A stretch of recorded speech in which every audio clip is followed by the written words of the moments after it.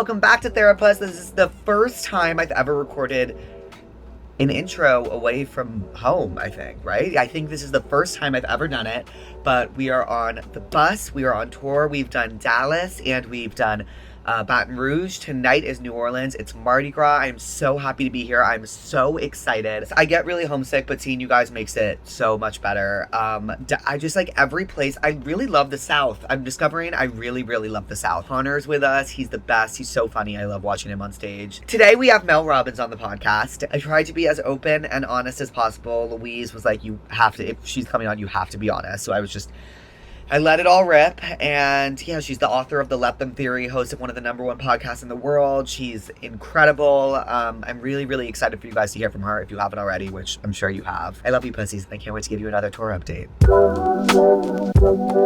Hi, pussies. Welcome back to Therapuss. Today, I don't think I've ever had so many people be so excited about a guest before in my entire life. Today we have New York Times best-selling author of the Let Them Theory, host of the #1 podcast in the world, the Mel Robbins podcast, Mel Robbins. Oh, I cannot believe I'm here.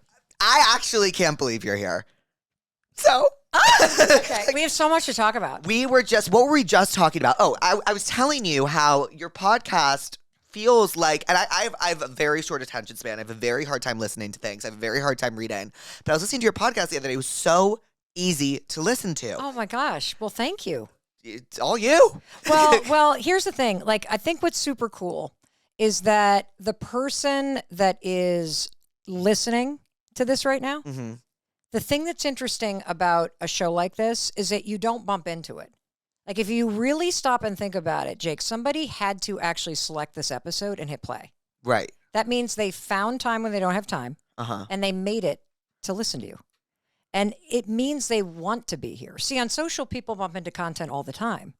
But when you really think about your show as something that somebody has made the time in a very busy schedule to be here, you think about the single person that's listening somewhere around the world very differently. And so as you and I jump into everything from, like, the first topic, I really have to just say out loud because it's so on my mind, is that these mics are so thick, it feels like holding a penis. Like, I'm literally like, I've never been on a show where I'm like, okay, 2 hands, here we go, right at the base. And so I like, as we jump into everything from dating to anxiety to whatever the hell you want to talk about, I'm going to be thinking about the fact that one person is with us right now, and they have decided that you and I are worthy of an hour of their time. And so I'm going to not only show up for you, I'm going to show up for them. Oh my God, yeah. How does that change the way that you think about this? I think sometimes I feel like I'm speaking into a void. I don't know why I never thought that someone was like actively being like, I am so excited to listen to this, and I'm going to actively press this and listen to this. It's when you don't, it's okay. I think it's because I started on TikTok, and TikTok is very fast and very hard. Yep. So it's kind of like love bombing. What?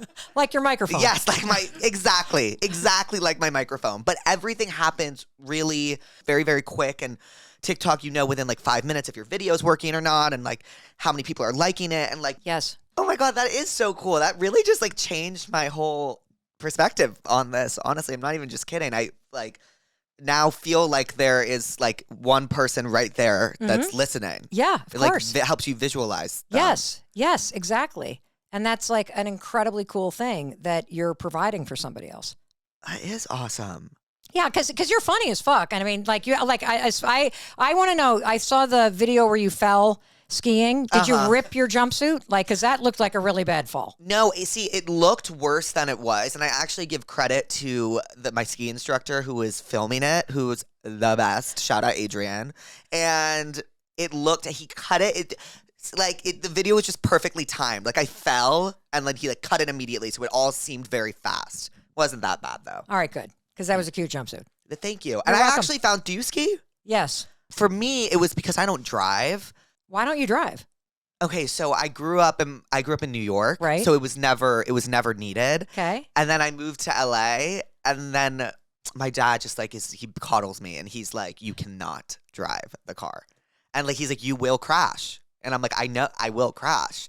I don't think I can accept the Do you responsibility want to learn to drive? Yes, I think I do. But I'm so accustomed to not driving now, I can't imagine driving. You don't want to learn to drive. It's just hard because in LA, you're at the mercy of drivers. As in New York, you're at the mercy of yourself because you can take public transportation easy. You can walk everywhere. Yeah. But is it an anxiety thing? It must be. Okay. I think I really cannot picture myself driving. I cannot. I get so distracted so easily. Everything distracts me. Yep. My brain moves at like 100 miles a minute. So I can see that. If I'm driving, I don't know how I would it would be, I don't think it would be safe for other people. Wow. And myself. Wow. Then your brain is way busier than I can tell. My brain moves at the speed of, I don't even know. It just jumps and jumps and jumps and jumps and jumps. And has it always been that way? It's funny you say that because I was talking to my dad about like an old therapist I went to, and he was telling me that therapist said that about me when I was like 5. So I guess it has always been that way. Huh. Do you want it to change? I think so. I think it would make me more grateful if it changed. Like, I think I would be able to like live in the moment more. Okay. Because like life moves so fast for me, but so slow at the same time. Ooh, unpack that. What does that mean? Like, I feel like I blink and I'm like, how did I end up here? Like, I've known Louise now for almost 3 years. Uh-huh. It feels like I just met her yesterday. And I can't remember a time in between then that I like looked around and I was like took in the view. Like, so everything moved really fast. But then in the moment, all I'm thinking about is the next thing. Yeah. Making sure I get to the next thing. Yep. And then I can't appreciate the present, but it also moves so fast at the same time. I don't know how to, if I'm describing that. Oh, no, I'm tracking like absolutely, completely with you. So can I give you a visual? Yeah. Okay. So you're going through a massive state of expansion in your life. Mm-hmm. Congratulations. Thank you. You have this big tour coming up. So it's going to be amazing because you're actually going to get to see everybody and be with everybody, which is going to be a whole nother thing that takes you like this. What I want you to do is, because it's very easy in life. I had chronic anxiety for so long. And when you are in a state where you're always up in your head and your body is kind of on that edge state, it's both the thing that helps you get everything done. But the problem is the part of the brain that makes memories actually isn't present.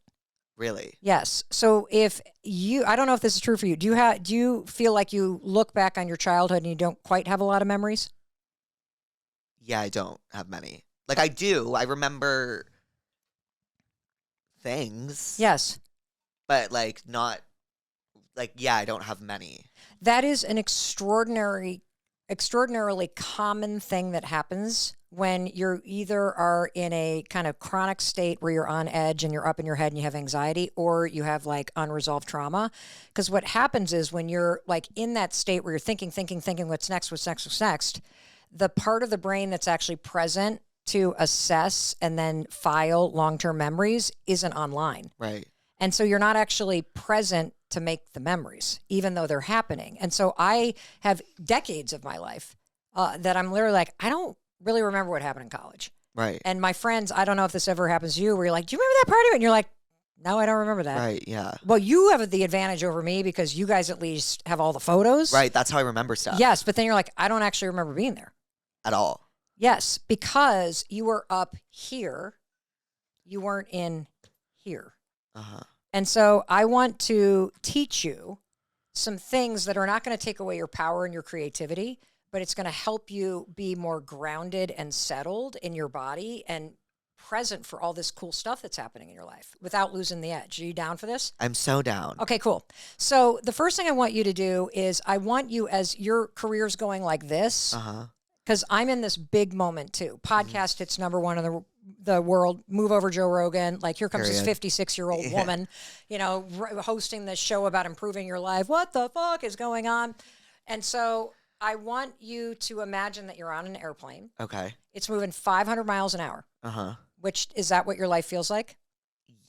Yes. Yeah, and I want it to go faster. Okay, great. The plane can go as fast as you want. Okay. The plane is your life. Okay. You have a different job. You have to sit in the seat on the plane. And you have at least 1 foot on the ground. And I want you to focus on being in the seat and enjoying the Celsius that you're drinking. Right? And then occasionally you're going to look out the window and you're going, oh, look how fast we're going. But your job is to just be in the seat and to enjoy the Celsius and know that it's your life and the career that has the velocity, but the velocity isn't you. Because otherwise, a couple years are going to go by and you're going to be like, I don't even remember being on a tour. And it'll be funny to everybody else, but it's not going to be funny to you. Right. And so that's one thing I want you to do. The second thing I want you to do is I'm going to give you a new definition for anxiety. Okay. Okay. And this is coming from somebody who literally, I could tell you the whole story about anxiety, but it's boring. I struggled with it for too long because I didn't know what it was. Mm-hmm. And I'm going to give you this most simple definition. You ready? Mm-hmm. Anxiety is just a moment in your life where you feel a little uncertain. Yeah. And you then doubt your capacity and capability to handle it. Yeah, that's actually exactly what I think it is. That's all that it is. Like the worst case scenario, because I have very bad OCD as well. Like in terms of like, well, you know that's related to anxiety. Yes, yeah. OCD is about trying to control something because you're triggered by uncertainty or past trauma. Right. That's and that's what I'm thinking. And that's why your let them theory resonated so well with me, because it was like, you cannot control anything. All I want you to do is control everything, because I'm so scared of something bad happening. Okay. I'm so scared of something bad happening. What is the bad thing that's going to happen? I have this like fear ever since I was a kid, like of getting in trouble. So like now with what I do, I'm very scared of saying the wrong thing and then having everything taken away from me. And then what do? I have nothing. So like that's like, that's what I think about. I'm scared of losing everything. Okay. That's like And what would happen if you lost everything? I don't know. Like I don't know where I would go. I don't know.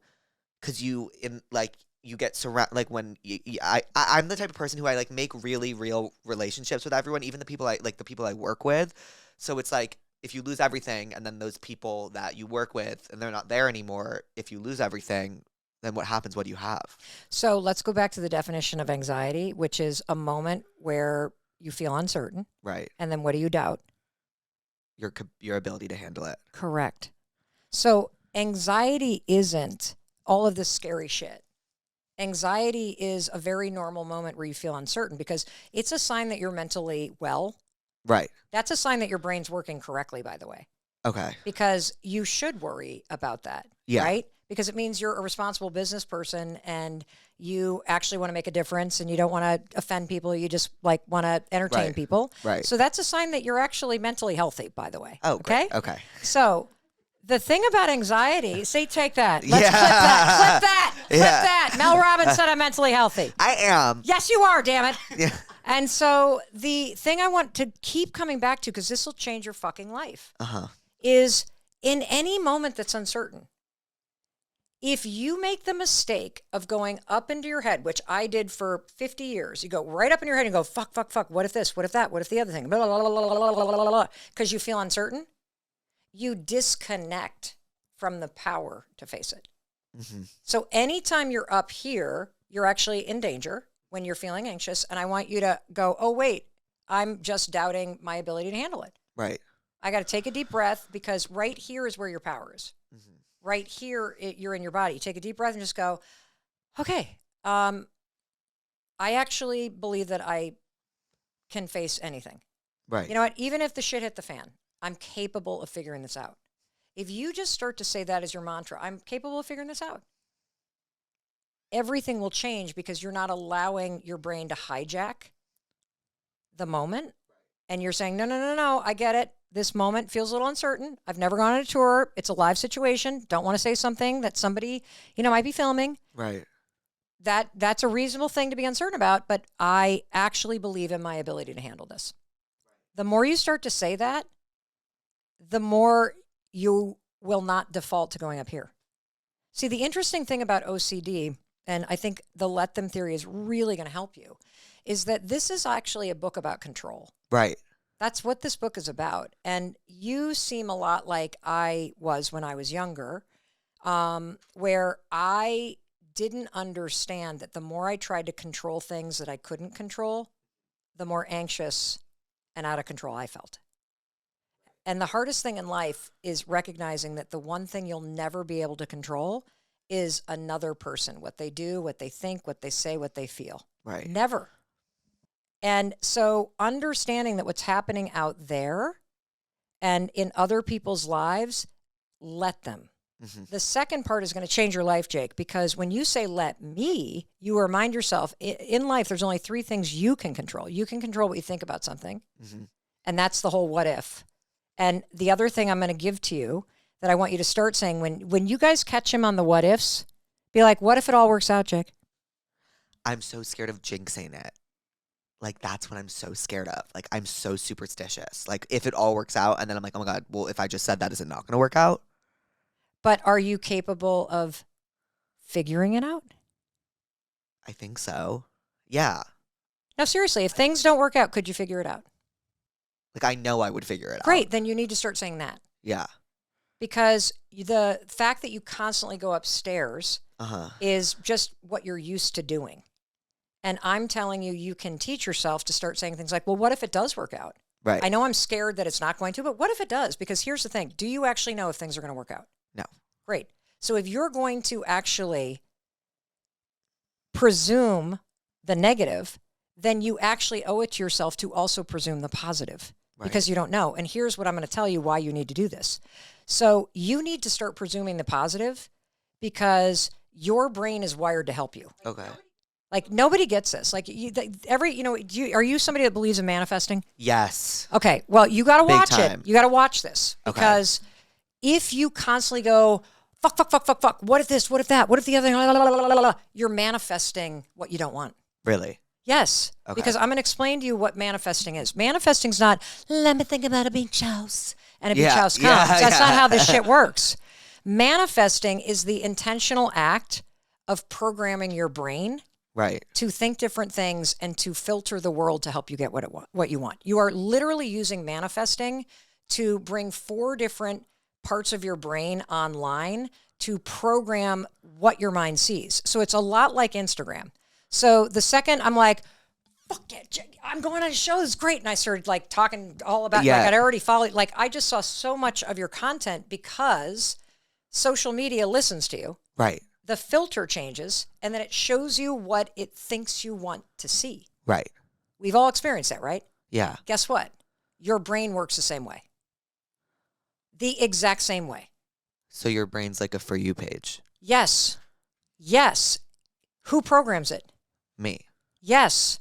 And your brain is paying attention to what you're actually saying. So if you're constantly going, oh my God, oh my God, oh my God, oh my God, your brain is going to show you more reasons to be afraid. If you go, what if I can figure that out? What if it all works out? Right. What if I literally, and the way that you manifest anything is decide what you want. And so what's something that you would like to have happen? I want relationship. I would like a boyfriend. Okay, great. Yeah. Okay, great. And tell me a little bit about what the relationship feels like. I don't know. I don't know what I would like it to make me feel confident. Yeah.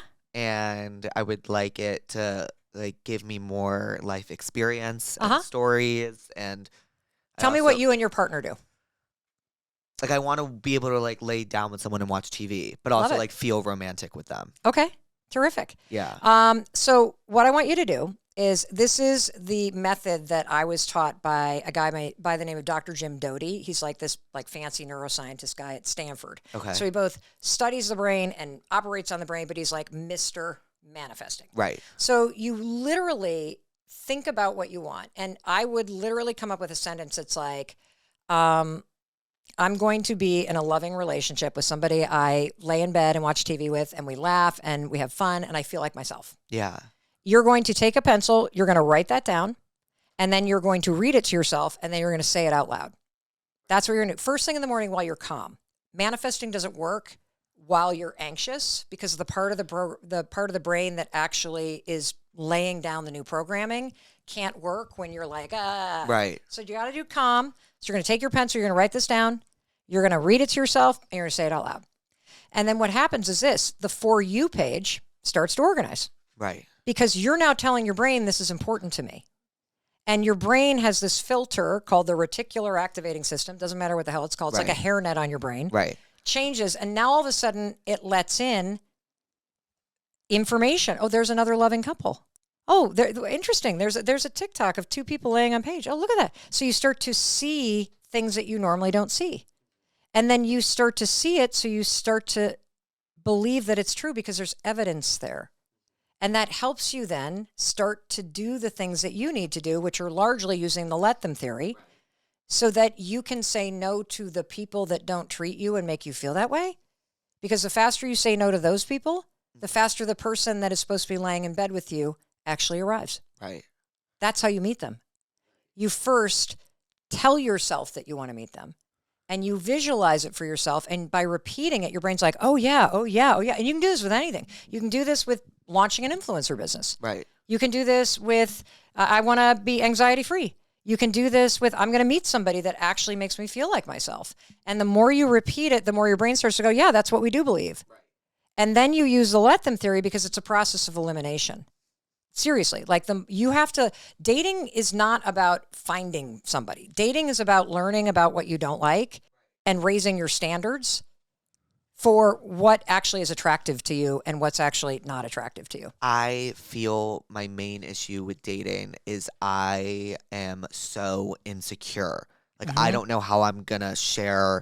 I feel like when you're in a relationship, you like share your body with someone almost. Like, you have to like be so vulnerable. And I struggle so much with like, to be frank, like being like naked with someone. Okay, So like, because you don't like your body? I sometimes I love it. Yes. And then sometimes I like yesterday I woke up and I felt so good, and then today I just don't feel good. And it's like I don't know how I'm gonna be able to share that with someone ever. Well, what if okay, so that's a really interesting thing. Have you ever been in a long-term committed relationship? Ever. And is part of it because you're uncomfortable being naked with somebody? Yes, I would say that's a huge reason, because it's how I carry myself.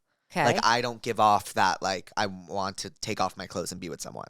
Okay. So where did you get the idea that there was something wrong with your body? Someone made a comment when I was in 4th or 5th grade, and it really stuck with me. What did they say? That I was fat. Okay. And Was it in a situation too where you guys were all like getting undressed in a... I don't know what, I forget. I was wearing a rash guard, I think. Yeah, it was horrible. And then I don't know. And then I really lived my life on the internet for my entire life. I spent my entire life on the internet. So I was a Tumblr kid. What does a Tumblr kid mean? I was really, you know. So Tumblr's a website. Oh, Tumblr. I literally thought you meant gymnastics. No. Okay, I thought you meant like were you fat in a leotard, tumbling? Okay, I got you now. So you were a Tumblr kid. Got it. So like I'm seeing Tumblr's all about Tumblr is all about the aesthetic. It's very aesthetically pleasing. I was also introduced, and I have my parents. I love them for this. Let me watch whatever I wanted to at a young age. Okay. So I was watching any movie I wanted to. It's part of why I'm so creative and so into this space now. But I was seeing, I was introduced to what sex is. Yes. Based on like a multi-million-dollar movie. So those men are ripped. Got it. Okay. Yep. So that's what I'm thinking like a normal person looks like. And then also in the gay scene, it's very, very, very body focused. Yes. So I'm short and I don't have a six pack. So it's like I don't have either of them. Okay. And like and when you're in the gay scene, you're kind of forced into certain roles. So and I don't really know. I always felt like my body was weird, and watching people on TV, I still felt like it was weird. And then because of that, like I then had a weird relationship with food, and I'm like, okay, I like abs are made in the kitchen, so like I'm just gonna eat a lot less, and then I eat and then I end up binging, and I just have at the end of the day, I just have a horrible relationship with my body, and I don't know how to feel. And then, like, right when I feel good about it, like, something happens where I'm like, ugh, no, I don't feel good about it anymore. Yes. Yeah. Yes. So it's interesting that we're going here because I actually believe this is going to sound like the cheesiest ass thing I could ask you to do. But your issue is self-rejection. Yeah. And one of the things that you're going to figure out in your life, and this is something I would work on with your therapist, and I would really just explore for yourself, is that you're looking for the validation out there. Right. When what you have to figure out is, what does validation look like in here? I don't even know. Well, that's where we have to figure out how to have you get your power back. Right. Because the problem with seeking validation out there for your actual self-worth, or whether or not you're attractive or worthy or lovable, is that that's never in your control. Yeah. And that's why you have OCD. Because your entire life is set up to give you the very validation that you need from yourself, only you've handed all the power over to whether or not strangers actually like you. Right. Yeah. And so we can flip this, okay? But you've got to understand, and this is like the heart of the let them theory. Like, I'll give you an example. You cannot get sober until you stop drinking. Right. And it's a nuance that most people don't think about. Same thing is true about taking control of your life. You can't take control of your life until you stop trying to control everything else, because all the effort that you're putting into making sure everybody out there thinks all these things about you is time and energy that I want you to claw back so that you actually think good things about you. Right. Okay?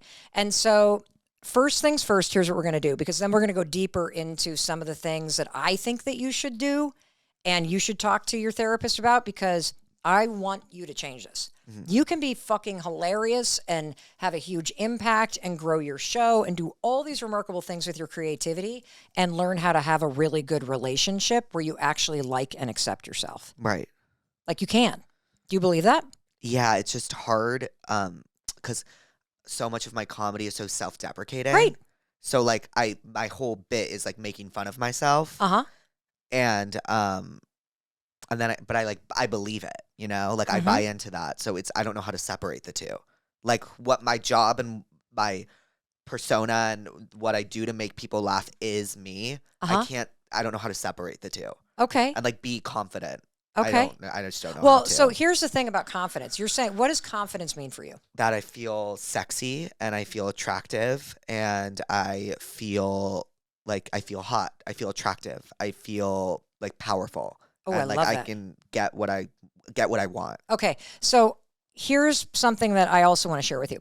So I have a different definition of confidence, and I think language does matter. So confidence from this point forward, here's what I want you to say confidence is. Confidence is the willingness to try. Because when you are not confident, you kind of hold yourself back and you feel discouraged. And then the fact that you hold yourself back makes you feel more like an imposter, makes you feel more whatever. But if you're like back to the anxiety in this conversation of, well, I'm actually capable of figuring this out. If you're going, I'm willing to try. Yeah. I'm willing to try. Because the more that you try, the better you get at things. And then the more confident you feel about it. So when you talk about what you actually want to feel, you're actually a really confident guy. I'm going to tell you something. You try a lot of shit. Yeah. Like, I'm telling you, like, you're actually a very confident guy. So I don't want to hear you say you're not confident. Okay. Because it's not true. Right. I mean, I'm watching how you live your life.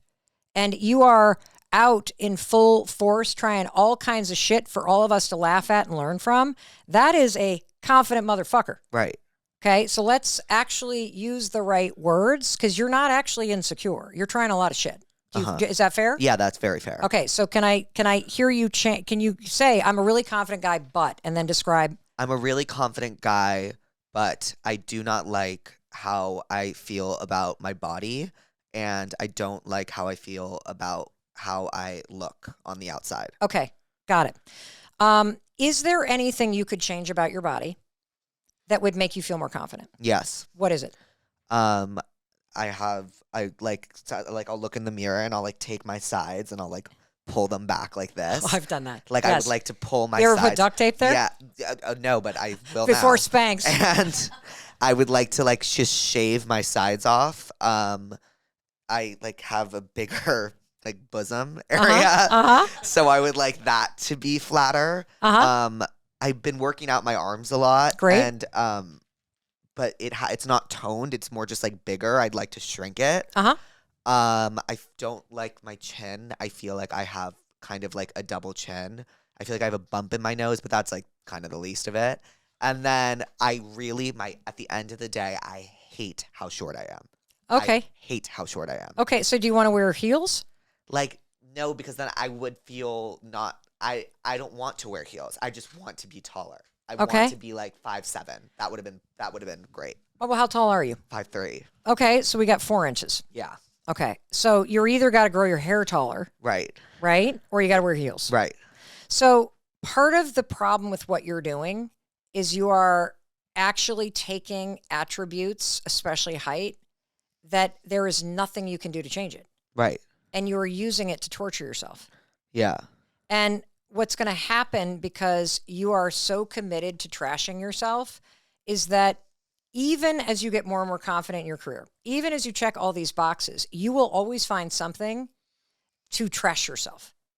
It has become like your default, and it's actually not a bit anymore. Like, I think that you can feel good about your body and still be self-deprecating about the assholes you're dating. Right. Like, there are things that you can find to make fun of that don't actually deep down make you feel like shit about yourself. Mm-hmm. And so, number one, you have to actually figure out how to accept that it's not fair that you're 5'3". Because I don't think it's fair. No, it's not. Yeah. Tell me all the reasons why it's not fair that you're short. Because I want to be taller. What would change about your life if you were taller? I think just the way really and truly, like, I think more guys would want me if I was taller. That is at the end of the day what I think. Do you want to know why more guys don't want you? Why? Because you don't want yourself. Yeah. It has nothing to do with your fucking height. Right. You're focused on height because it's distracting you from actually doing the work of learning how to look in the mirror. Right. And say, I am going to do life with that guy. Like, you only get to do life with one person from the moment you're born till the moment that you die. You have one person to take care of. It's you. Yeah. It's you. And so the best thing you could ever do for yourself is to learn how to look in the mirror and go, all right, this is what I got. This is the hand I was dealt. Yeah. And you can spend your life looking at everybody else's hands and thinking everybody else has a better hand of cards. That's not how life is played. It's how you play the hand.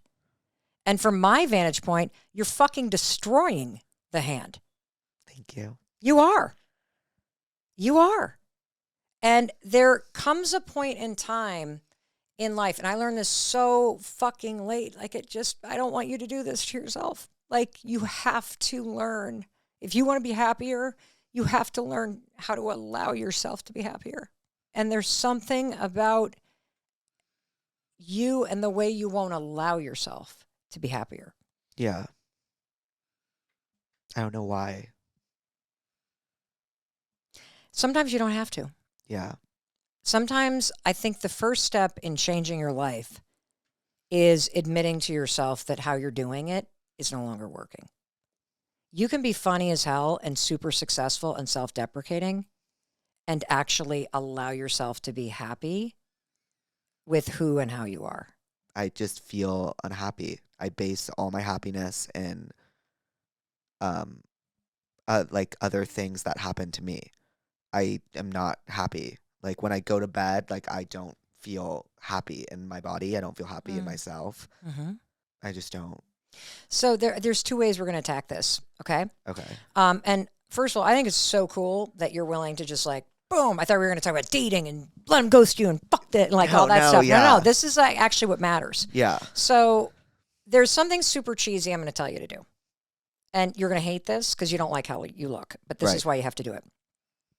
I can't believe I'm sharing this with you.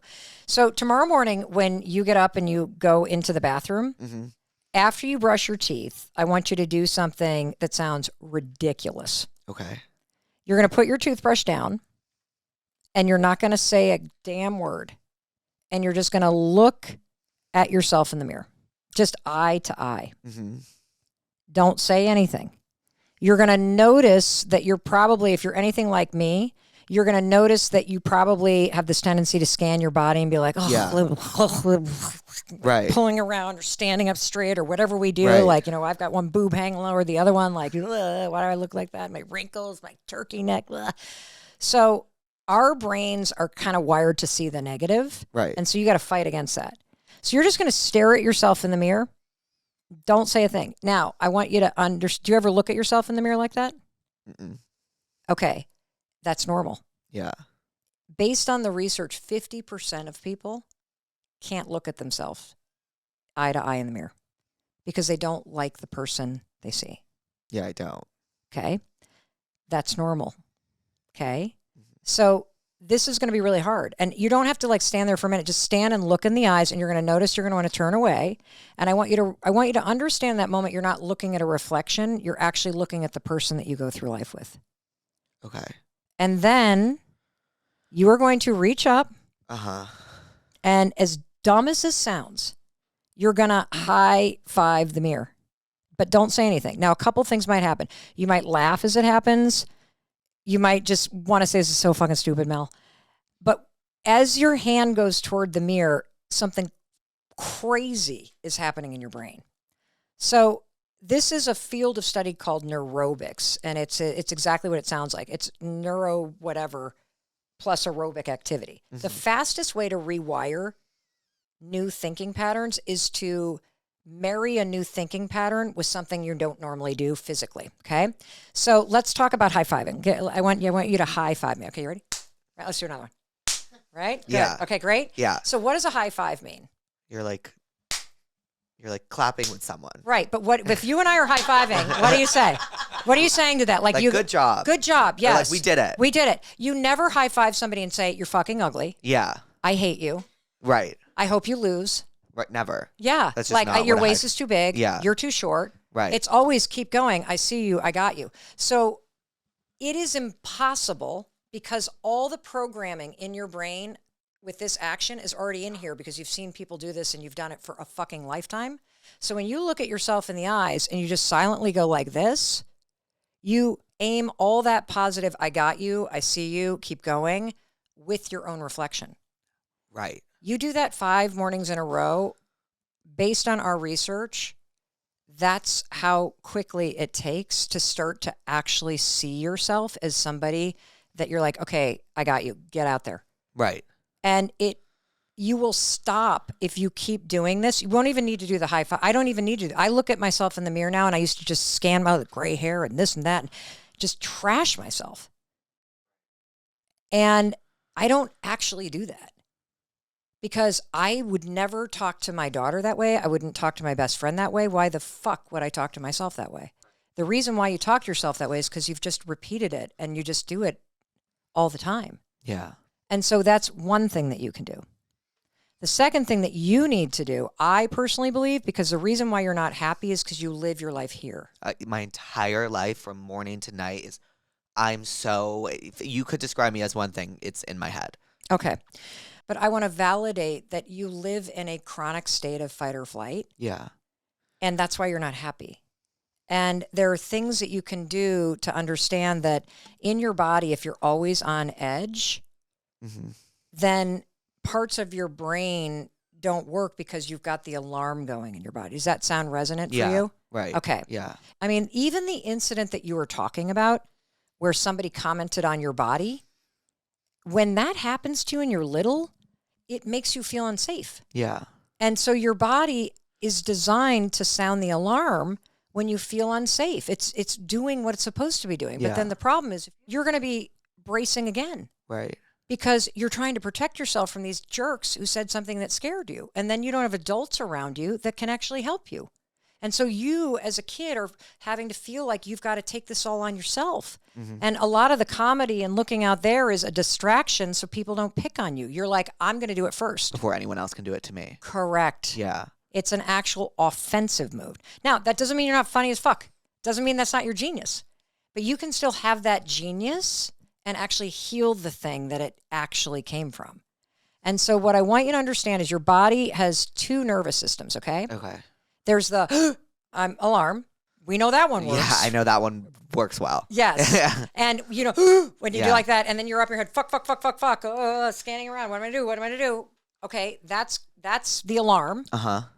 Your body also has a calm, resting, sexy, confident, present nervous system. Mm-hmm. It's called the parasympathetic nervous system. And so I'm going to teach you how to turn it on. You ready? Okay, This is so fucking cool. Yeah. Okay.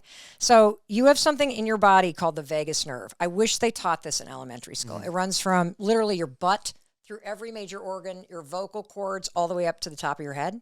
It's the on-off switch. Okay. Between alarm and fucking chill. Right. It's sort of like the internal margarita. Yeah. Flips the switch, right? So what you're going to do is you are going to, whenever you feel that, oh my God, the alarm's on. Somebody flipped on the lights. Okay, I'm capable of feeling this. You're literally just going to, you can just put your hand right here. This is where the vagus nerve, it runs right like through here. You're going to press in, close your eyes. Here he goes. Breathe in with it. Here we go. Blow it out. And all you have to remember, Jake, is that the exhale's longer. Let's breathe in again.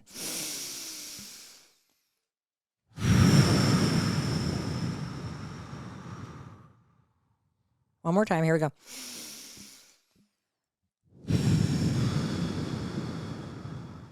And then you're just going to say to yourself, I'm okay. I'm okay. I'm safe. I'm safe. I'm loved. I'm loved. And I'm capable of figuring this out. I'm capable of figuring this out. What do you feel in your body? Calmer. Yes. Yeah. A lot calmer. Yeah. And you can do that anytime you want. Yeah. And so if you find, and you're living a big life, you got big goals, so you're going to need to have that energy.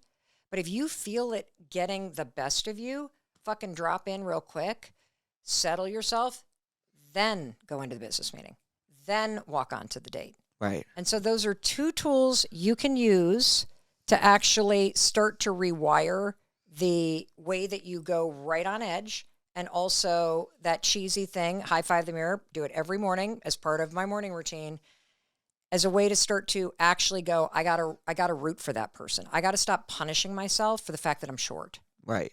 Like, how cruel. Yeah. There's nothing I can do. No. Well, there is something you can do. Yeah, that. But I can't You can change learn to my go, height. this is who I am, and I get to choose whether or not I go through life Right. hating that or embracing it.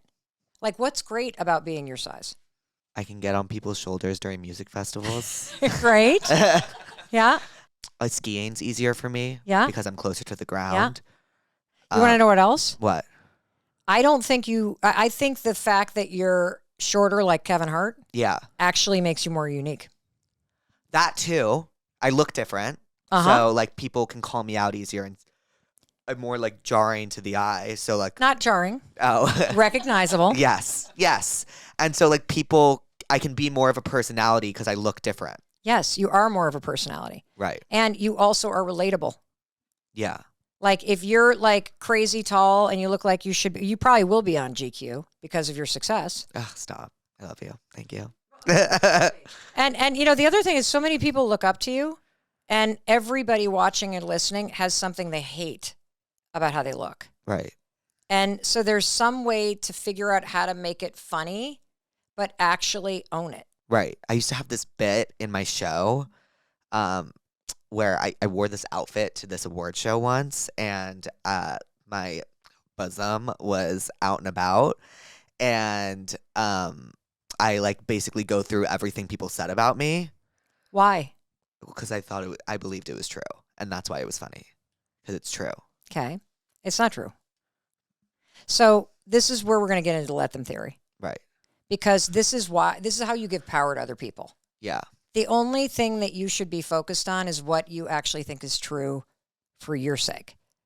Like the way to be happy in life is to not look for validation and for the things that you want in other people's opinions because we can't control them.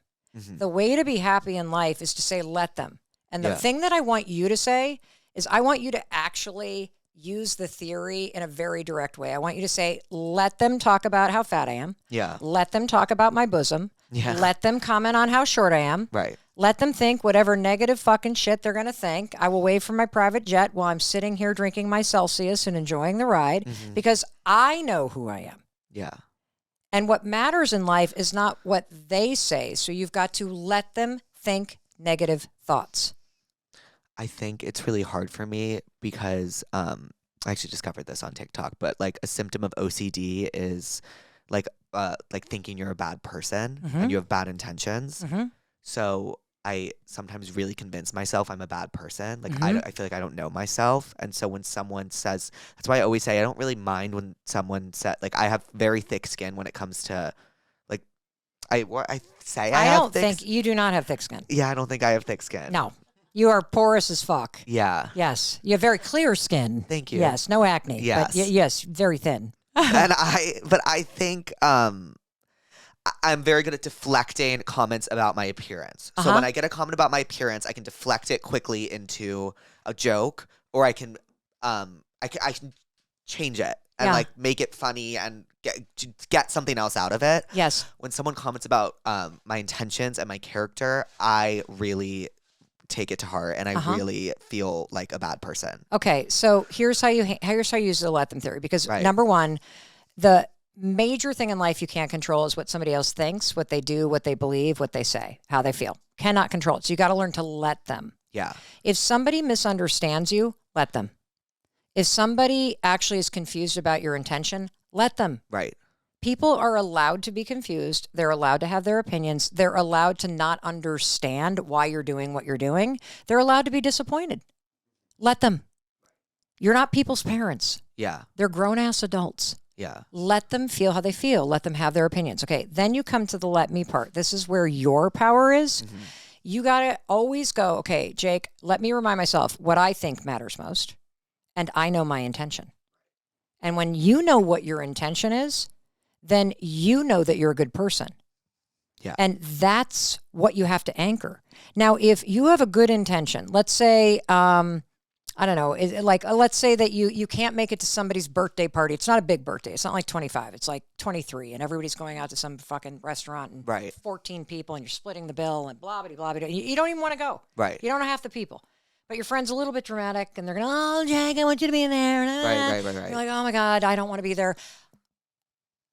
What we do in life is we literally bend ourselves backwards and show up at things like that because we want that other person to think we are a good friend. Yeah. And she's like, why does he seem like he's in such a shitty mood? Why did he even come? He's being a therapist. Yeah. Right? Yes. So even the shit that you did to try to manipulate what they think about you didn't work. Right. Because you have no control over what they think. And they're allowed to think whatever the fuck they want. Right. See, if you do the opposite, which is, I know I'm a good friend. And I also know that in taking care of myself, that going tonight and splitting a bill with 16 people and sitting next to people I don't have the energy to talk to isn't actually going to work for me tonight. I need to rest. I need to take care of myself. So you're going to call your friend and be like, I'm not going to be able to make it. Okay, they're disappointed. Let them be disappointed. Because here's the thing about disappointment. It's a good thing. It's a good thing. Yes. Because if your friend's disappointed, it just means she loves you and wanted you there. Yeah. Isn't that a good thing? That is a good thing. See, two things are always true. Right. You can disappoint somebody and they still love you. Right. And a business partner can be disappointed that you can't make it somewhere, and it means they just want you there. I mean, what's the alternative? Oh, thank God you're not coming. Right. Yeah. So disappointment, let them have their disappointment. It's not your job to manage it. Mm-hmm. And then let me remind myself, because you're going to say to your friend, I totally get it. And here's the thing. I would just rather go have coffee with you this weekend and actually get to be with you. Yeah. And so here's what I'd like to do. And whatever they say, let them. Mm-hmm. You know your intention. And when you align your life, Jake, with what you believe and what you feel, and you know you're a good person and you know why you're doing things, that's the secret. Because then you don't care really what other people think because you know the truth. Right. But if you organize your life around what everybody else is thinking, you're going to make yourself crazy because you can never control it. Yeah. What are you getting out of this?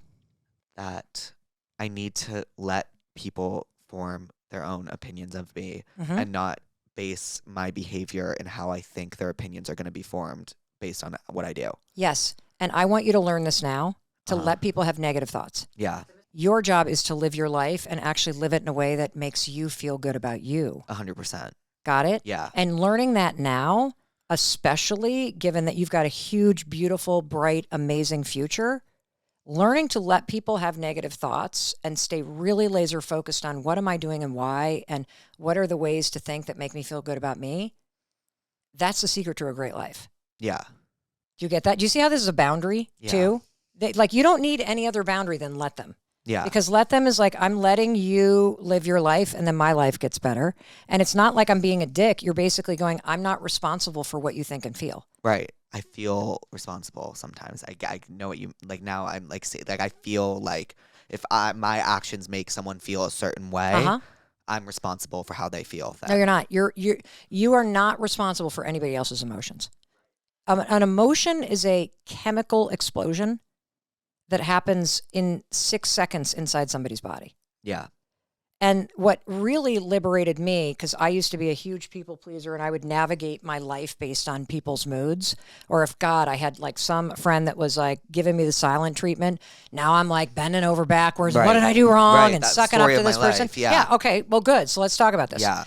So everybody you meet from this point forward, I want you to visualize them as a 8-year-old child in a big body. Because that's how old we are emotionally. Right.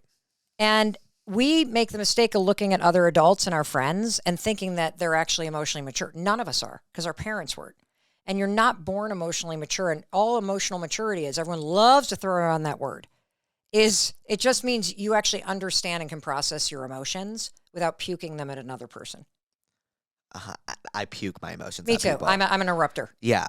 So you and I are basically 8-year-olds that throw ourselves on the floor and throw tantrums. Yeah. Do you vent text to people? Oh, me too. Yeah. I got my daughter just went like, I'm the that's you. biggest venter. Like I talk and talk and talk and talk and talk until like the words are like nails on a chalkboard. Well, so what that's a sign of, because that's me too, is it's a sign of when your emotions get going, you don't know how to settle them, so you just puke them out. Right. And when you get frustrated, it's like, rah, with the raging, right? Right. And they're like, oh, I'm really sorry. I just had a stressful day at work. No, you just literally can't tolerate stress, and you just fucking puked it at me in a text. Right. All caps. Yeah. And then I sent an emoji. I'll see you later. Yeah. Like, I'm done. It's like out of my body. That's me. That's Yeah, what I same, do. same. So first of all, you actually just did the hard part. You said, oh my God, that's me. Right. And so recognizing that you're that, let's go through some other ones though. Yeah. So another big thing is the friend that is the silent treatment person. Yeah. If you think about that friend as an 8-year-old, that's a child who pouts. Mm-hmm. A child who pouts is just a child who, like, you feel frustrated or disappointed or hurt and you don't know how to use your words. So you go pout in the corner. Why? So the parent. You can avoid it. Yeah. Yes. It comes to you. Yes. Yes. This episode of Therapuss is brought to you by Booking.com. Yeah! So we have been using Booking.com nonstop to book all of the hotels and all of our travel for tour. I totally forgot how stressful booking travel was until you are in a group of 10 people and we all need a place to stay and we are all incredibly last minute people, especially Matt, who I love dearly. Booking.com makes it easy to book travel because it shows you exactly what you are looking for. You can set criteria if you want a pool, you want a hot tub, you want a balcony. And that's specifically very important for me and my team on tour because most of the time are in cities we've never been in before. So we really rely on Booking.com to book the best hotels or wherever meets all of our needs the most. For example, today we literally woke up in New Orleans and Matt was like, oh my God, I forgot to book the hotel, and we had nowhere to stay. And so we went on Booking.com and we found a hotel literally across the street from the venue with all of the requirements we needed, and we booked that immediately. And it was just so simple and so easy, and it took all the stress away from travel, which is something that I really appreciate as someone who is really stressed out all the time, especially during travel. I've also found that it's incredibly useful and very important to find stays walking distance to the venue. When you're on tour, it's hard to like actually move your body and walk around. It's important to find a hotel that is walking distance to the venue. No matter who you are, Booking.com helps you find the stay that is ridiculously right for you. So what are you waiting for? Find exactly what you're booking for on Booking.com. Yeah! It all starts with a swipe. Thank you, Tinder, for sponsoring today's episode. In a recent study, it has been proven that people find having a hobby sexy, okay? And on Tinder, you can list your hobbies, like the hobbies you enjoy doing on your profile, which is crucial to finding a romantic or platonic partner. Some hobbies I enjoy doing are complaining, going on my phone and doom scrolling, cooking. I love cooking. I love working out. I love watching TV. So if I could find someone that loves going on their phone in silence with me, that would be ideal for me. And honestly, I think you can make anything out to be a hobby. It's just, I feel like the definition of a hobby is just something you like to do. Your bio on Tinder is like prime real estate. So instead of just like listing out hobbies, you can make them like part of your profile. It's sometimes hard to like start a conversation on a dating app, but what is so great about Tinder is that they give you so many of these prompts and like places for you to put in things that are interesting to you and about you, that it prompts conversation with whoever you're talking to. Tinder is the perfect place to show off who you are through interest. It's not about looks, but it's about what you vibe with and what you are interested in, and if somebody else is also interested in that. Explore all the possibilities for yourself. Tinder, it starts with a swipe. Download the app today, and thank you, Tinder, for sponsoring today's episode. If somebody's doing the silent treatment to you, choosing whether or not you're going to be compassionate and try to comfort them, some people you may. Right. Choosing that, okay, I see who this person is, and I now know to have kind of good boundaries because this is what this person does. Right. And so that's how you understand, how do I want to respond to this situation? Well, you just ask yourself, well, what's worth my time and energy? Because my responsibility is actually to myself. Right. Isn't that kind of cool? That is cool. Yeah. And this goes to dating too, by the way. So we talked about how you would really like to be in a relationship. And so the two things that I want you to do is, number one, to really like think about the more that you actively try to program in that this is going to happen. I'm a fucking catch. I'm funny as hell. I'm super kind. I got stuff I'm working through, but I'm capable of working through it. And the right person actually creates an environment where I feel safe to do so. Right? And so kind of reminding yourself of that instead of the opposite that you've been doing, which is I'm short, nobody's going to love me, and I have big tits, and and I don't look like this, and I don't have that, and which is its own thing, which then does not actually help you attract what you want, because like attracts like. And if you are looking for somebody that makes you feel safe and makes you laugh and that you just feel like you can be you with, then that's what you are going to attract in your life. And by attract, I mean your radar is up. And not gaydar, I mean radar for what is attractive and what is not attractive to me. And so in dating, here's how I want you to think about this. People's behavior tells you the truth about where you stand and what their priorities are. Right. And the danger that we all get into is, and all the situationship shit, is that we refuse to see somebody's behavior, especially in the fool around stage where it's super casual and you're just protecting yourself from venereal disease and having fun. Yeah. With the lights off, of course, right? Of course, because we're going to work on the body image stuff, right? That you get yourself in danger because instead of living in the reality and letting them reveal whether or not they like you and how they treat you and whether or not you're a priority, you live up here in your head and you create a fantasy about what's going on. Yeah. See, I think people's behavior is very black and white. What do you mean? Well, I mean, if somebody wants to see you, you'll know it. Right. If you're a priority, you'll know it. If all they do is text you, but you don't make plans, it means they don't like you. They're bored. There's no confusing behavior. Right. You confuse yourself because you go up here and go, well, maybe it means this, maybe they're busy, blah, blah, blah, blah, blah, blah, blah, blah. And the only thing that's confusing about dating is how we confuse ourselves. Right. Because we will not let people show us that they're not interested. Yeah. Let them show you they're not interested. Let them text you when they're bored and never ask to see you. Let them lead you on and never follow up. Because now they're showing you where you stand. And then you go to the let me part, this is where the boundary is, and go, is this attractive to me? Right. Let me go back to my little manifesting. Okay, this was not what it was supposed to look like, so this is a no. Right. And the more you say no to the wrong stuff, the faster the right person walks in.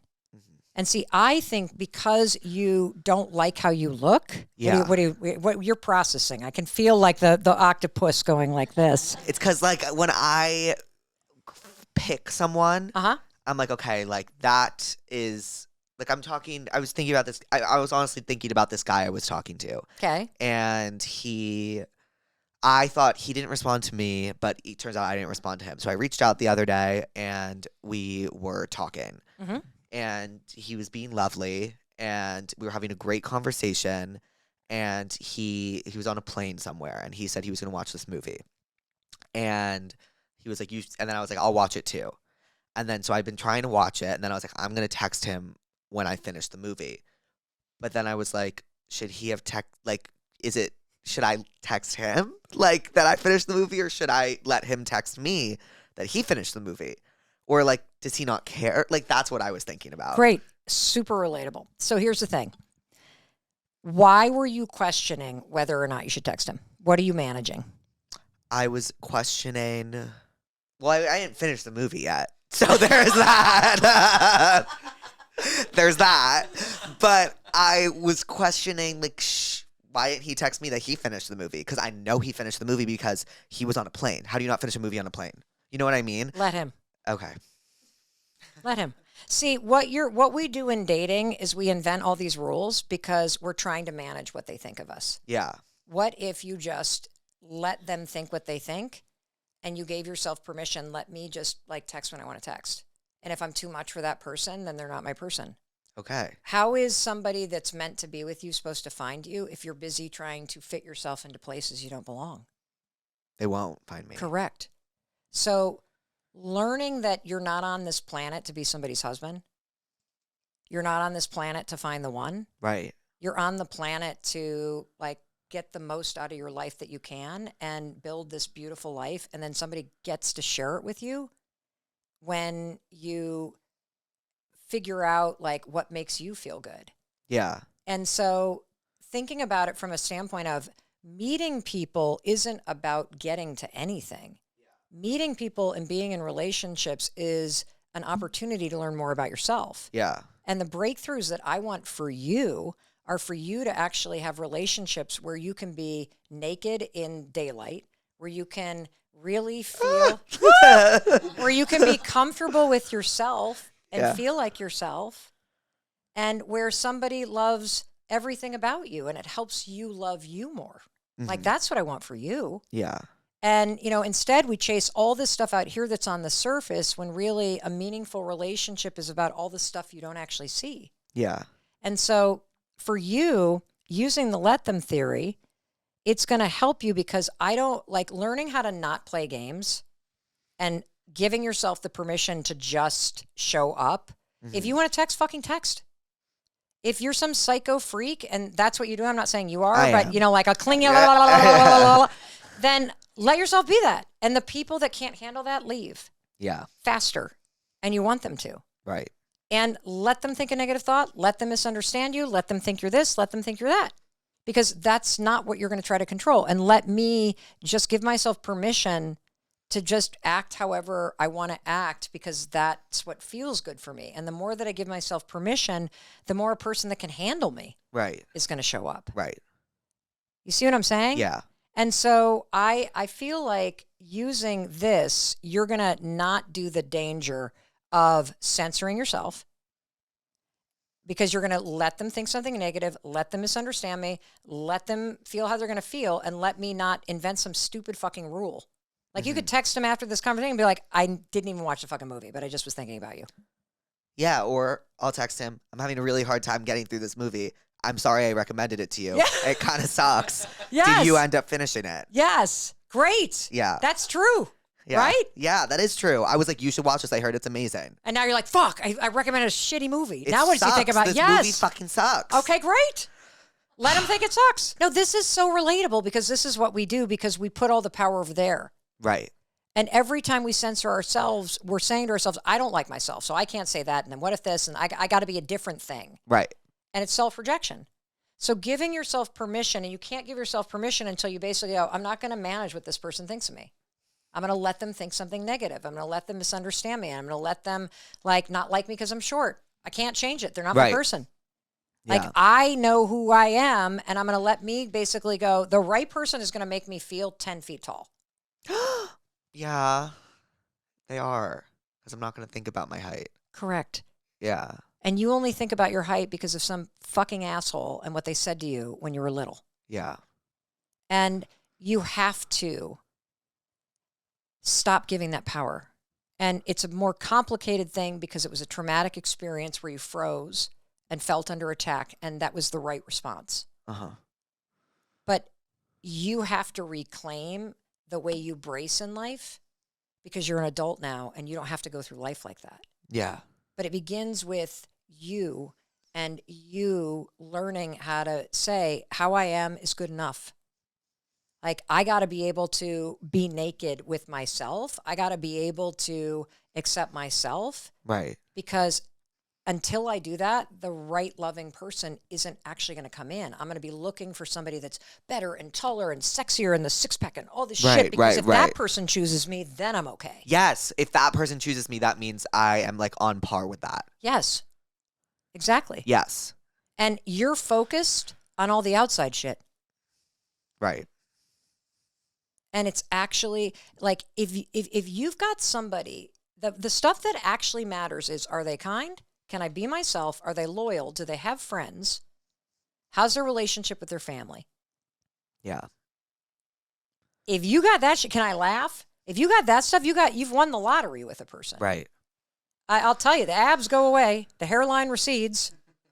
Seriously. No, yeah. And so you're focused on the things that you think are deficits in you. Mm-hmm. And you're missing the actual fucking gold mine that you are. Oh, thanks. No, I mean it. Yeah. I mean it. And so let them ghost you. Let them lead you on. Let them, do what they're going to do, because you're not in it to find the one. You're in it to actually learn how to love yourself. Right. And then the right person shows up. And stop, chasing the potential of something because it looks good on Instagram. Yeah. You got to focus on what feels good for you.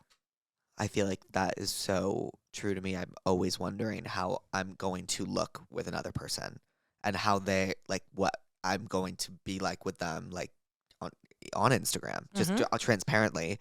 And, yeah, I do think that all the time. Well, you might actually need somebody who's not on Instagram. Whoa. I'm being honest. Are you proud of me? I'm just wanting to say, preach over and over. Yeah, That's what that is. And so, I think that you should have fun. You should date tons of people and you should let them think what they're going to think. And you should really experiment with, I'm in my let me era. I'm in my let me era. I'm just going to let me be me. And I got to work on really just, okay, I'm short. I'm fucking hilarious. I'm building a big business. I have millions of fans. And I'm working on learning how to allow happiness in. I am not going to let those motherfuckers that bullied me when I was little actually dictate the way it feels to be an adult. Because the first step of actually changing your life is admitting how you're doing it no longer works for you. And it doesn't make you happy anymore. You protected yourself the best you could. And it's also fueled all this comedy, but you can learn how to be wildly entertaining and actually look in the mirror and be like, that's my fucking guy. Yeah. And I want that for you. Whoa. What are you getting from this? That there are certain things I need to do. I need to actually practice in order to feel better about myself and how I live life. Yeah. I can't just be complacent in how I feel all the time. Yeah. And here's why. That your brain is always watching. Right. What you're doing. So if you actually want to be in better shape and you're not working out the way you need to, your brain is just going, oh, well, he's not taking care of himself. Yeah. But if you force yourself to start doing different types of workouts, because are you capable of losing weight if you wanted to lose weight? Yes. Are you capable of having muscles or a six pack if you wanted to? Yes. Okay, great. So then you have to actually ask yourself, do you want those things? Yeah. Is it yeah, or is it fuck yeah? Yeah, fuck yeah, I really want Okay, muscles. well then prove it. Yeah. Then prove it. Yeah. Because every day that you wake up and you're like, this is actually on the list. I carve out time for this. I've hired a trainer because if you're like me, you're a lazy ass. I'm so lazy. Oh my God, you need somebody screaming at you. Yeah. So do it. And so prove it. And when you start to show up every day, there's so many people that watch you that want to be making money online. Right. But they don't post. Yeah. And you want to know why they don't? Why? Because they think their fucking Instagram is for their college friends. Right. Your Instagram is for your business. Your Instagram is for your self-expression. If Susie Q from your sorority does not fucking like it, fuck her. Right. Let her unfollow you. Let her gossip to all your former sorority sisters, because you know that you're changing your Instagram strategy, because if all these people are making money, you're capable of making money too. Right. But first you got to get over your massive insecurity about what other people think. And the way you do it is the let them theory. Let them think negative things about you. And let me go build that goddamn business. I think that's actually what I did. Yes. In terms of like, I remember like my senior year, I just started posting, but I just didn't care because I thought it was funny. As long as I was making someone laugh, like I didn't really care. And then it ended up luckily becoming a business. Yes. So here's what I want you to do now that you're a business person. Make the thing that you do your job. Do not make it your identity. That's hard because my job is me. Yes, but making content and being funny and going on tour and having these conversations and being self-deprecating is your job. Mm-hmm. What you do when you're not on camera and how you treat yourself and how you talk to yourself and whether or not you go to the gym and whether or not you're naked with, your lover and you're in broad daylight, that's who you are. Right. Does that make sense? Yes. And when you think about it like a job, this is what I fucking do. This is not who I am. Yeah. You can have a personal brand that you know that this is what I do out here, but I'm actually working on boundaries with myself because I will not be successful if all I do is tear myself down in public and in private. Yeah. In private, I got to fucking build myself up. Mm-hmm. I just have to speak nicer to myself. That, and you have to take the actions that actually prove to you that you are taking care of yourself. So I would say exercising, especially if you're lazy and you need a trainer, fucking get one. Yeah. I think that what's interesting about life is that the success is not in doing it perfectly. Mm-hmm. Success is the person who actually gets back to it after they haven't done it for a while. Right. That's it. Yeah. That's it. And I did do that this week. Great. Yeah. Okay, so high five. Yeah. Like literally. Like the other thing is that you're also, here's another trick. Since your brain is always looking for what's wrong, mm-hmm.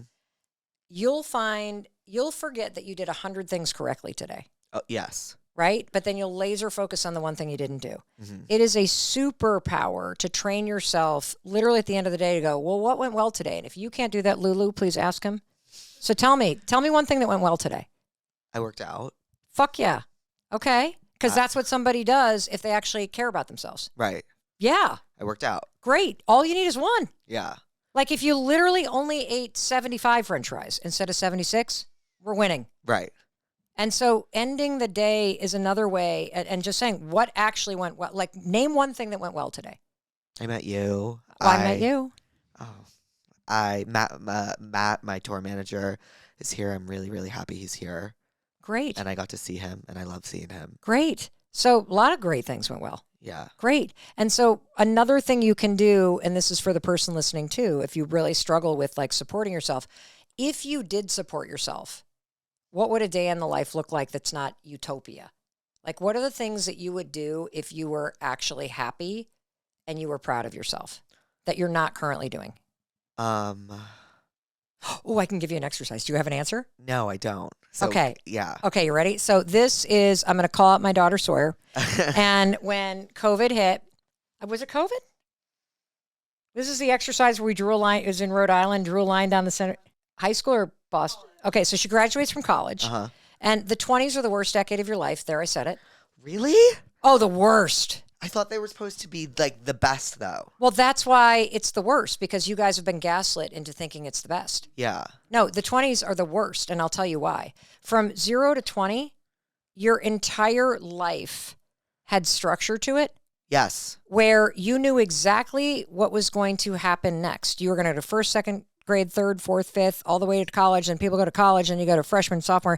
You had celebrated the same milestones as everybody else. Yeah. So you could locate yourself in a big group of people. Yeah. You knew who was ahead, who was behind. We were all kind of in a pack. Plus, you were with people your age all the time.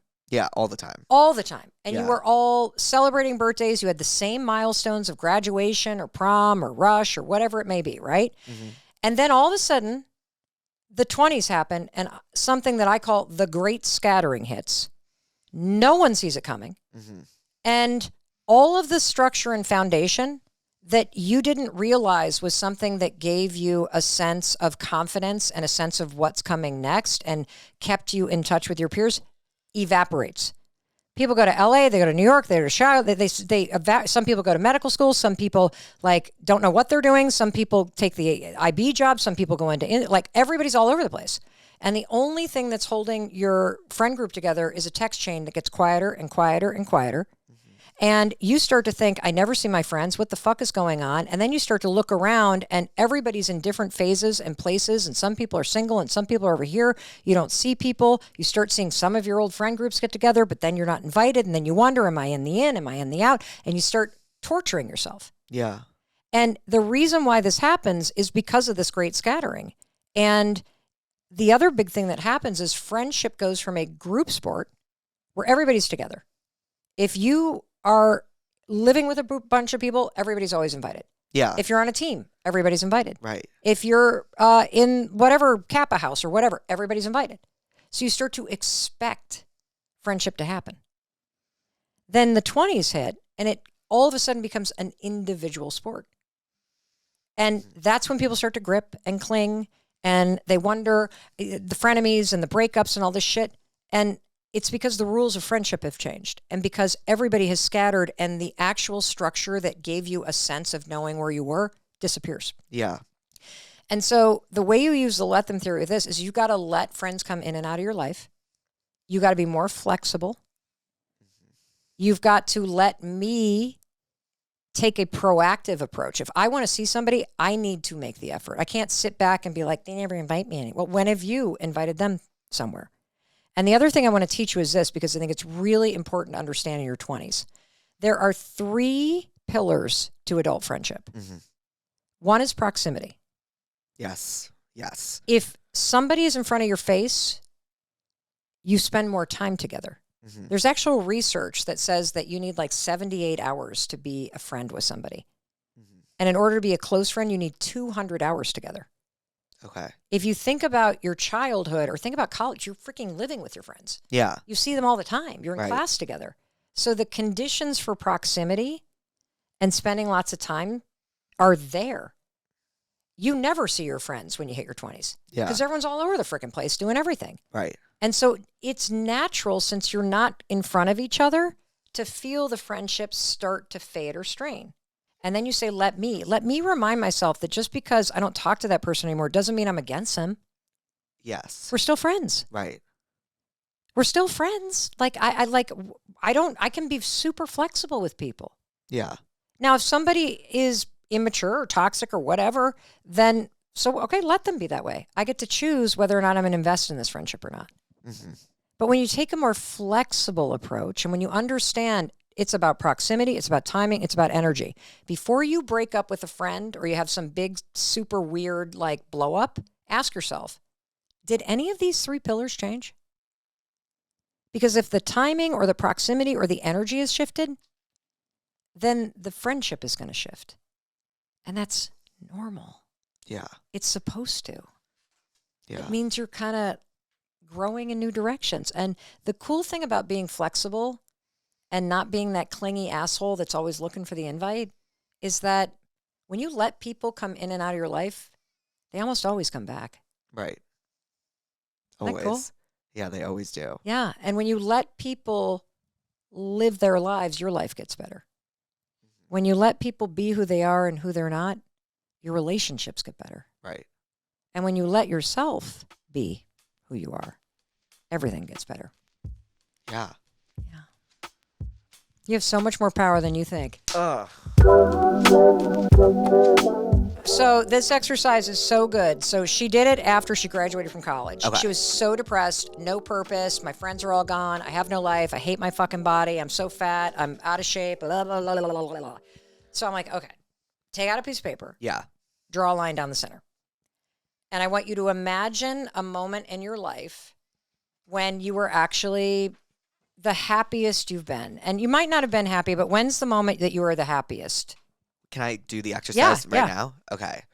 Can I just like name a time? Yeah, sure. Okay. I was really, really, really happy when I woke up. I went on tour in the fall. I'd never done it before. And I didn't think people were going to buy tickets on the pre-sale. It's so materialistic, but I really didn't. And I got a text that it all sold out. And I wasn't expecting it. And I was really happy. Okay. And what was your day-to-day life like? I was having a lot of fun. It was during summer, and I was just living my life. Okay, but like, tell me more. Like, what time would you get up? Like, who were you hanging out with? Like, were you exercising? I was exercising, but I was traveling. Okay. A lot. Okay, you were traveling? And I was working. I was going to a lot of events. I was working the whole summer. Okay. I was showing up to places. I was really putting myself out there. Okay, great. Yeah. So that's your kind of version, and I would say I would even go more granular, like what kind of food were you eating and when would you wake up and who are you hanging out with, and you were exercising and you were putting yourself out there, and so you're really focused on the creative and all that kind of saying yes to things. Saying yes to things. I was saying yes to things. Okay. I remember it was right after this like weekend. I was so happy.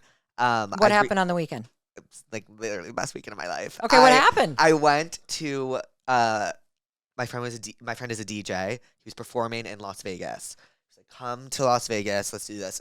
I always say no. I always say no. Like, not to him, just in general, to stuff like that. I'm always like, okay. like I don't. Like, I'd rather just stay here. And Peyton was like, she was like, we're going. We need to go. We need this for me. Like, I need to go. Yeah. And then my friend Ashton too was like, let's go. So we went, and then we flew from Vegas to the Hamptons. I was living my Gossip Girl dream. I flew from Vegas and like that is something. If you told me I did that as a kid, I couldn't even imagine that that's real. And I literally just had like I felt so on top of the world. Like I felt like I could do anything. I felt like the coolest person in the world. Okay, great. So that's your version, and you kind of pick apart some of the details. And some of the things was I was saying yes. Yeah. I was putting myself out there. I was exercising. I was dancing. I was dancing. Yes, I was dancing. I was dancing a lot. Okay, great. I was dancing. Like, so there's all these elements, right? Yeah. Of energy and exercise and dancing and saying yes. So when I asked my daughter, okay, think about a time in your life where you were actually genuinely like one of the happiest you can think about. It doesn't have to be elation. It could even just be like, well, this is a period of my life where it was actually generally good. And she said senior year in high school. And that had been 4 years ago. And I said, well, tell me about it. She's like, well, I would get up. Yeah. I would go to school. I'd be with my friends all day. I would then exercise 7 days a week because I was playing lacrosse. I was in a relationship. I felt good about my body. I was really looking forward to going to college. And so she laid all this stuff out. And I said, great. Now, on the other piece of the paper, describe your life right now. And she's like, I sleep till noon. I eat my feelings. I'm single. I hate my body. I have nothing to look forward to. I don't see my friends. And I'm like, great, compare. There's your map. All of the things that were present in your life when you felt even just a little happier. And you could add to your list by going, what other periods of my life did I even just feel more content? And you'll start to see, oh, I got up earlier. I had structure to my day. Yeah. I was exercising or dancing or doing my art. I was saying yes instead of cocooning in my brain and by myself and just working. And that's your map. You actually know what it feels like. To be happy. Correct. Yeah. Your own life gives you the answers. We just allow the busyness of the world and the anxiety in our mind to shield us from what we actually know to be true. And so if you were to add in more yeses, not like more obligations, but yeses to fun. To stuff I wanted to do. Yes. That you now say, I don't have time. Yeah, that's what I always say. Yes. But when you see it on paper, you go, oh, wait a minute. This is allowing happiness. I have to say one yes or two yeses a month. I got to dance once a month. I need to. You have to. Like, so understanding that this is direct access to your lived experience and happiness makes you more intentional about putting it in. Yeah. That's the exercise that can help you. Wow. You have your own formula. You know what to do. Yes. So it's not about like the extra, the outside stuff. It's like what you are actually doing. Yes. Like you're dancing, you're saying yes, you're waking up early, you're working out. Yes. See, mine's the opposite. At this stage of my life, it's really finding more time to like be with my husband or my kids or a friend and go hike a mountain. Right. It's having the time to read a book. Yeah. And not have to talk. It's cooking. It's gardening. It's spending time with my parents who are getting older. Like I have a different formula now. And it's why I have big boundaries, because when you're wildly successful, people just want more from you. Mm-hmm. And the game is actually in saying no to everything that doesn't work for you.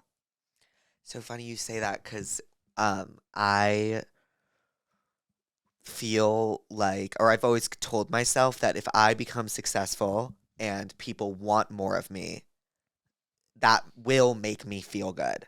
I'll become more successful and I'll get the hot guy because he will want my life and want what I have.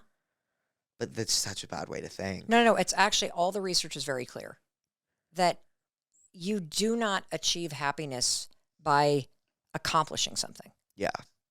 That's actually a recipe for being miserable in your life.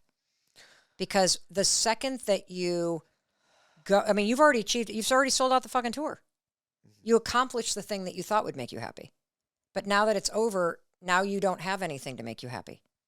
And so the real secret is, how do you make yourself happy now while you're working toward those things?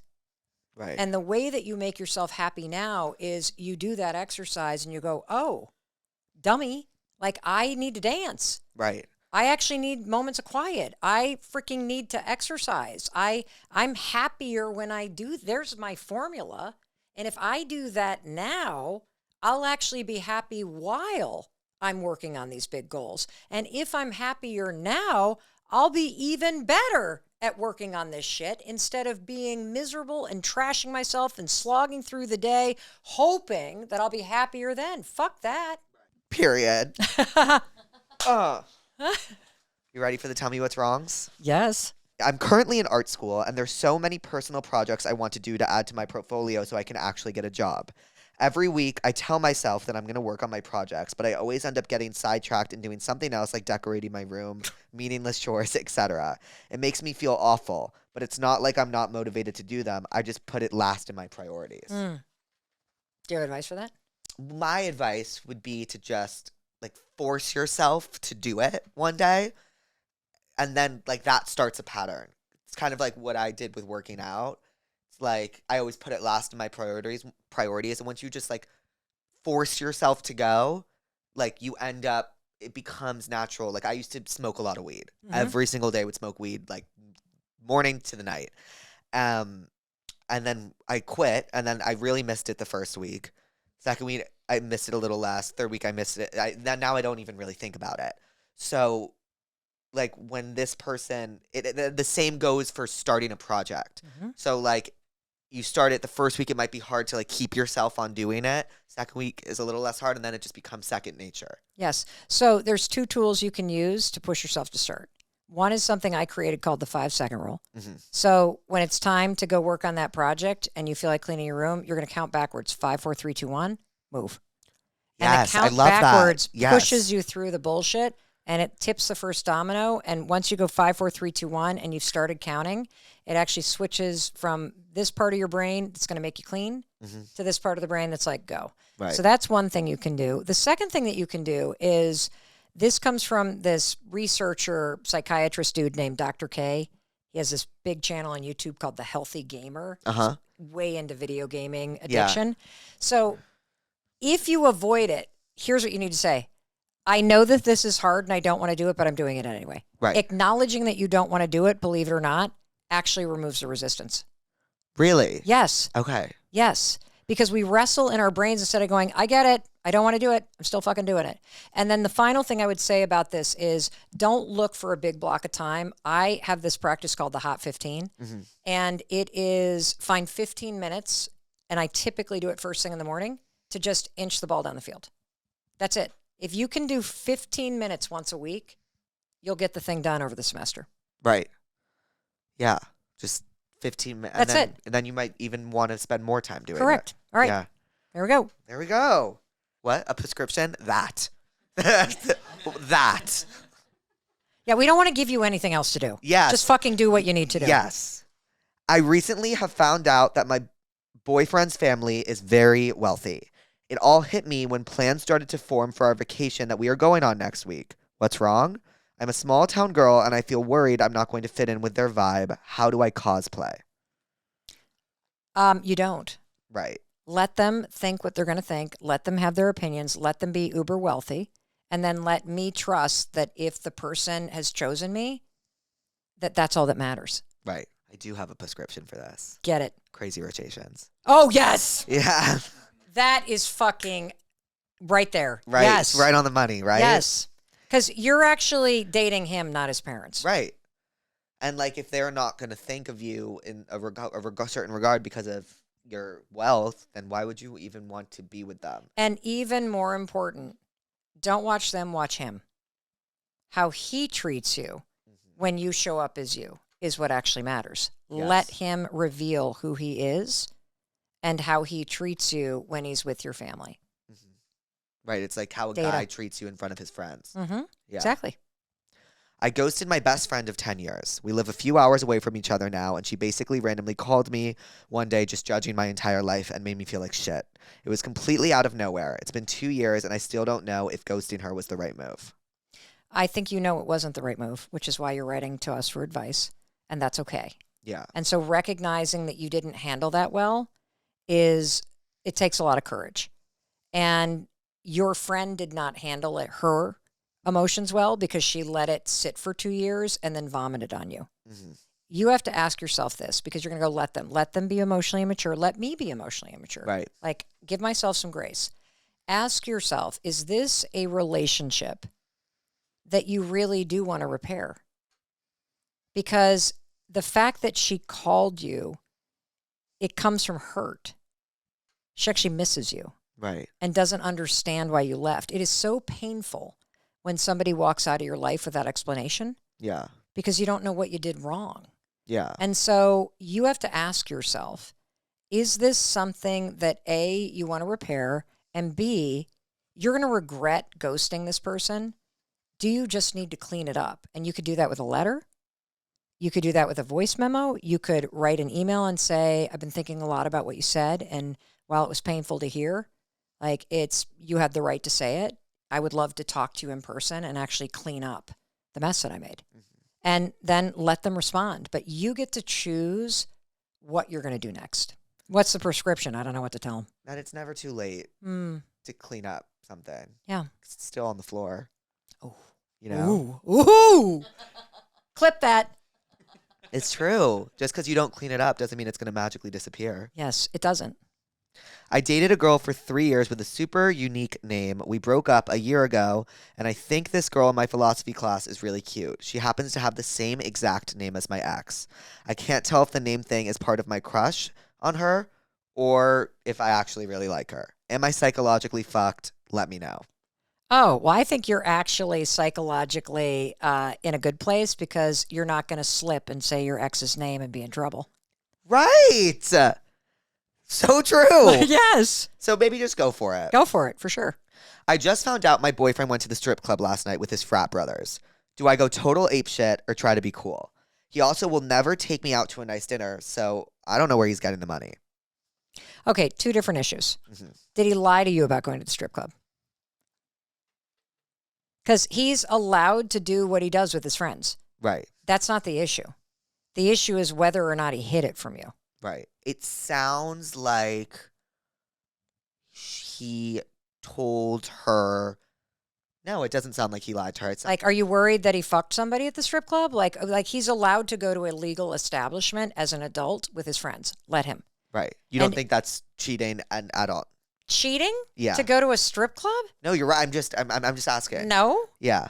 No, absolutely not. I think the problem is if somebody lies about it or is shady about it, or if you're with somebody that's doing coke and might be screwing somebody in the back room at the strip club. Right. That's a different issue. This is something that somebody is allowed to do. It is legal. The issue, that's your issue, not his. Right. So that's number one. The second one was, what was the second question? That he never spends his money on her, essentially, is what she's saying. She's like, how does he spend this money on the strip club but not on me? Well, she is actually collapsing the two issues. Okay. So she's judging him for doing something that makes her feel insecure. Right. You got to let him live his life, and you got to deal with your own insecurity. And now you're trying to punish him and say, oh, you're going to spend it on that I don't approve of and not spend it on me? Right. The actual issue that you're talking about is you don't feel considered by him. Yes. Which is, there is something about the fact that he is not operating in a way that makes you feel like a priority. Mm-hmm. Probably has a lot less to do with money, but now you're picking a fight about it over this thing called the strip club. Right. This is an issue about I don't feel like a priority to you. Right. So focus on that. Yes. Not the strip club. Yeah, because what I used to do when I was like out of control and a walking red flag is I would find one thing like the strip club and I would blow that up into a gigantic thing when the real issue is I just don't feel like I'm a priority. Right. And you're scared to say it. So a real conversation. Let them be who they are. Let them string you along. Let them go to the strip club. And then let me ask myself, is this the table scraps or the relationship I'm looking for? Is this kind of a turnoff to me? Right. Okay, then do something about it. Mm-hmm. So do something about it. Yeah, they're not the problem. You are, if you're accepting this stuff in your life. Well, yeah. I don't know what to describe besides, once again, that. My sister is really pretty, and everyone is always telling me that she is super hot. How do I not compare myself to her? This is my daughter's. No, seriously. I watched in heartbreak as my oldest daughter would obsess over how she thought her younger sister was prettier, had perfect pitch, had a better body. All the guys flocked to her, has perfect fashion. The other thing that like really pissed her off is that her sister could borrow her clothes because she was skinnier, but she couldn't borrow her sister's clothes. Like fucking infuriating, right? Right. And so... Oh, I'd freak out. Yes. Yeah. So here's the thing. We tend to engage in something called upward comparison. Okay. Which is you look around and see all the people that look shinier and better, and then you compare yourself to them. Mm-hmm. We don't engage in downward comparison. Mm-hmm. Like if you're obsessed with everybody who's skinnier than you, that's all you see because the filter in your brain is the For You page. Right. You don't ever look around and go, wait a minute, I'm actually skinnier than 90% of the people at this bar. Right. And if you're going to compare up, you better fucking compare down and actually look at reality. And you also have to start to learn that other people's wins are not your losses. And comparing yourself to somebody else's fixed attributes. Like there's absolutely nothing you can do to change your height. You can't change your family. You can't change your history. You can't change your complexion. You can't change the country you were born into. You can't change the past. Obsessing over the fact that somebody has a trust fund and you don't doesn't give you a trust fund. It makes you miserable. Mm-hmm. Everything can be changed through effort and time and attitude. Everything. But the more that you stare at your sister and tell yourself that she's beautiful and you got fucked and life isn't fair and everybody flocks to her and buys her drinks while you stand there like a fucking loser next to her, then the less you're actually going to see the gifts that you have and take advantage of them. That was a perfect question for you, though. Mm-hmm. Because I heard you talk about that. And yeah. Yeah. See, comparing yourself to other people is normal. Mm-hmm. Comparison isn't the problem. It's what you do with it that matters. Mm-hmm. And so if you use comparison to torture yourself like you do, over height, yes. Right? That is just a habit of bashing yourself. My daughter did the same thing about her metabolism and her sisters and, her body versus her sisters and blah, blah, blah, blah, blah, blah, blah, blah. That is a form of self-torture. Mm-hmm. At some point, you got to go, life isn't fair. They got the genes. I did not. And I got to look at the cards that I've been dealt. I got to figure out how to play the fucking hand that I have. Mm-hmm. And I'm not going to become better at life or be a great card player if all I do is trash myself for the cards that I'm holding. Right. Now, this is where comparison gets interesting. Because you're going to compare yourself to other people, as long as it's not something that's fixed, like height or your history, or maybe you hate the fact that your parents got divorced and your friend has the perfect family, or whatever the fuck it is, As long as it's not something like that, comparison is like the coolest thing in the world because other people are never playing against you. What do you mean? I mean, other people are not playing against you. They're playing with you in life. Right. See, you can learn how to play the cards in your hand from other people. Right. You can be a better player in life by learning from other people. Absolutely 99% of the things. Oh, what you mean. You're not playing against someone in a card game. Like you can share cards and look at their. Yes. Yeah. Yes. So 99% of the things that you want in life, you can actually create through effort and attitude and time. Right. And other people will never block your way. Only you can do that. Right. Other people can't take what's meant for you, but you can take it away from yourself. Yeah. And as long as you're fucking staring at somebody else's hand going, this isn't fair, you will never actually see the gift that is in your own hand and learn how to play it. Mm-hmm. And when you flip comparison from torturing yourself to actually, what could this teach me? Other people show you the formulas for how you can get anything. Mm-hmm. You want to be an influencer and you're watching Jake, he is showing you the formula every day for what he does. Every fucking day. Instead of sitting there like, well, works for him. It's never going to work for me because I'm tall and he's short and he's this. And you know, right? Yeah. Instead of blocking your own hand, fucking let him lead the way. Right. Let him be successful. Let him be happiness, success, love, friendship. This shit is in limitless supply. Right. It's there for the creating. But if you're so busy comparing yourself to everybody else and telling yourself that it's never going to happen to you, you will never actually see the truth, which is you could create it too. Right. Just because someone else has it doesn't mean you can't. Actually, it means you can. Right. It's the opposite. Right. See, I used to go through life and see somebody else's wins as I'm losing. She has a boyfriend, I won't get one. They got pregnant first, I'm never going to. Their house is renovated, now my house sucks. They got the new car, oh, they're getting better, they have this many followers, now I can't have it. Oh, Jake was the first, so now I can't be an influencer because all our friends will think I copied him. Of course you copied him, just like he copied somebody else. Right. Right. We're all following the same formula. Because formulas work. You make it your own by doing it. And the only reason why people don't follow the formula in life is why? I'm afraid you're going to think something about me. Yeah. Think something negative while I follow the fucking formula and go after creating the life I want. Yes. I'm going to prescribe the let them theory. You better read that book. And you know what? I think that's a beautiful place to end. Mel, thank you so much for coming on Therapuss. Oh. Thank you. I had a lovely time with you. Lovely? Yes. Really? Yeah, this was lovely. Wow. I think you were very honest. She told me before this started, you have to be honest. Well, because I would have just dragged it out of you and that would have been painful. I know. Yeah. No, I'm proud of you. Thank you. Proud of you. I hope you really absorb this and you take the things that are meant for you and you really cause a shift because you deserve to be happy. I will. Okay. I will practice it. Great. Awesome. I love that for you. I love you. I love you. Oh my God. He's got you on the hook. He's slaying and he's shook. It's there.